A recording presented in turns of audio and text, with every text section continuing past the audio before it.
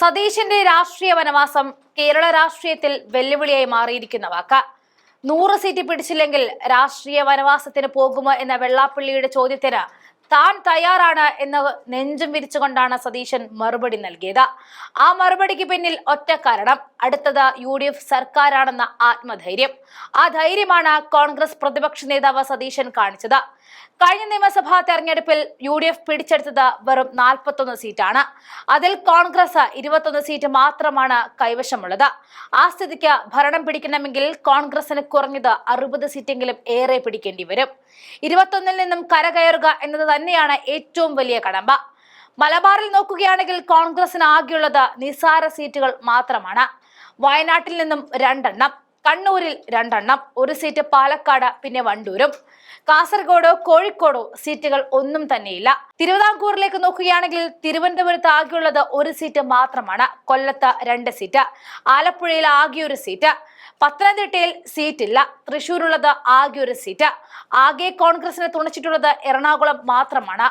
ആകെയുള്ള 14 സീറ്റിൽ 8 എണ്ണം കിട്ടി. അതുകൊണ്ട് തന്നെ കോൺഗ്രസിനെ സംബന്ധിച്ച് വലിയൊരു കിട്ടാക്കനിയായി നിൽക്കുന്നത് മലബാറും തിരുവിതാംകൂറും തന്നെയാണ്.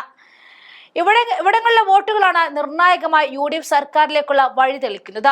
ഒത്തുപിടിച്ച് കോൺഗ്രസ് ഒറ്റയ്ക്ക് 60 സീറ്റ് നേടിയാൽ മാത്രമേ മറ്റു ഘടകകക്ഷികൾ ചേർന്ന് ഇവർക്ക് അധികാരം പിടിക്കാനാവൂ.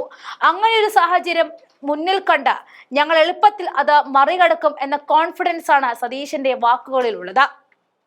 അതിനെ പ്രശംസിച്ചുകൊണ്ട് വെള്ളാപ്പള്ളിയെ പൂട്ടുകയാണ് VM സുധീരൻ. പ്രതിപക്ഷ നേതാവ് VD സതീശന്റെ പ്രഖ്യാപനം ധീരവും കോൺഗ്രസിന്റെ അന്തസ് ഉയർത്തിപ്പിടിക്കുന്നതാണെന്നും VN സുധീരൻ പറഞ്ഞു വെക്കുകയാണ്.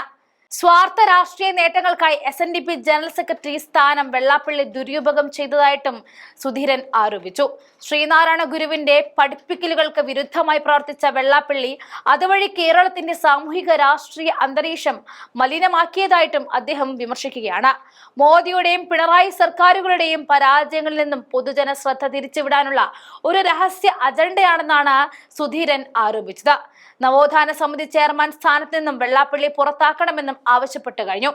നിയമസഭാ തെരഞ്ഞെടുപ്പിൽ UDFന് 98 സീറ്റെങ്കിലും നേടാൻ കഴിഞ്ഞില്ലെങ്കിൽ സതീശൻ രാജിവെച്ച് രാഷ്ട്രീയമായി വിരമിക്കാൻ വെള്ളാപ്പള്ളി വെല്ലുവിളിച്ചതിനെ തുടർന്നാണ് വിവാദം ഉടലെടുത്തത്. അതിനാണിപ്പോൾ സുധീരൻ കൈയടിച്ചിരിക്കുന്നത്.